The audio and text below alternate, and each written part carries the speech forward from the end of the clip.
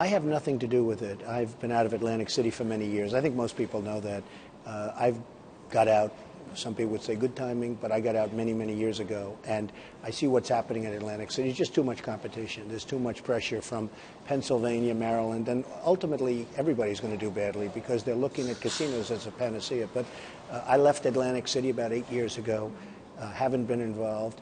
My name is on the building, and it's one of those things. But Atlantic City it's a very sad situation, just too much competition. Can it ever recover from where it is? They'll change the form of Atlantic City and something else will happen. It does have one very big advantage. It's sitting on the ocean. And, you know, it's funny, I've always had a lot of great success on oceans, rivers, and lakes.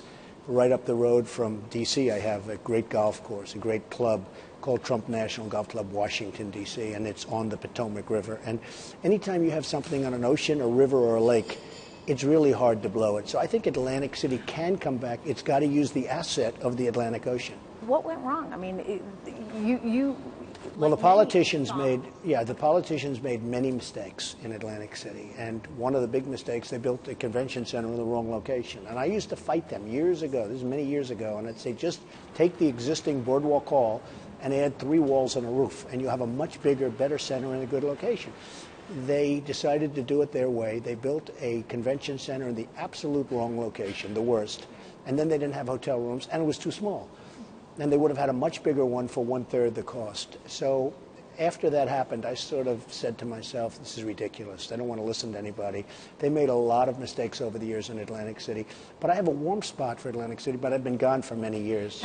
In your view, has Chris Christie done enough to try and revitalize it? Well, he's trying very hard to revitalize it, and he's working very hard. He's got some very good people working on it, and it's tough. You have tremendous competition surrounding it. And by the way, that competition is starting to eat away at itself.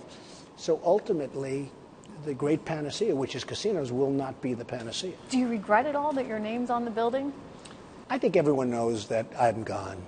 Atlantic City was a place that I really loved. You know, I did it for a long time in Atlantic City, but a lot of people say when I left, that's when it went bad. And in one way, I'm honored by that statement, but in another way, I feel badly about Atlantic City.